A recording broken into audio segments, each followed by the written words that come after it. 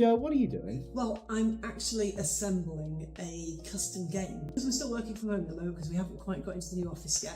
Everything's on my kitchen worktop here. I'm busy assembling it all together. So they've got something different. It's a custom order.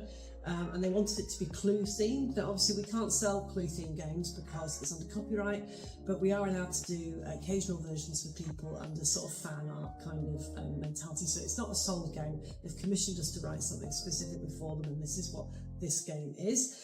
We're creating little envelopes, so everything's constructed in a slightly different way. So obviously you've got our normal booklets where everything's in script. With this one, it's slightly different. So I'm just checking, because we always double check everything when it's a custom order, that these are correct before I seal them up. So with this one, they have questions. They're having a menu card question system because they want to be able to mix and mingle. And then they've got answers on cards as well. So I am just double checking that everything is correct and we have the right kind of systems in here so that they've got the right questions and the right answers in each round. So we know it's a wedding, so I want to make sure it's tip-top and perfect before I pack it. One thing I would recommend if you're ever doing wax sealed envelopes and things yourself at home is that rather than wax seal directly onto the envelope, you actually wax seal onto double-sided sticky tape. This is because if the wax seal doesn't work right, because quite often it's quite an art to get a wax seal looking correct. So sometimes you'll end up with like really odd looking wax seals like this where it hasn't quite worked properly.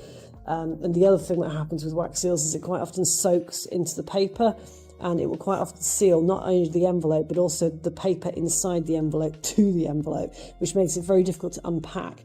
So what we do is we create our own wax seals onto double-sided tape, and that is what I would suggest you do as well if you're thinking about using wax seals at home. It just makes it a much neater finish. It still looks the same, they're still individual, each one is different, but it just means you've got a much better look. So one of the things we've done with this game is that we've actually provided evidence. You can see we've attached different questions to each part of the evidence in there. Now, some of our murder mysteries require quite big props, and this is one of the ones that we've brought in especially. So this is an actual canvas. We've bought an old-fashioned canvas there. I think you'll agree it looks absolutely fantastic. I'm really pleased with it, and I love doing custom commissions like this. So I hope they have an absolutely fantastic wedding, and this really makes their day.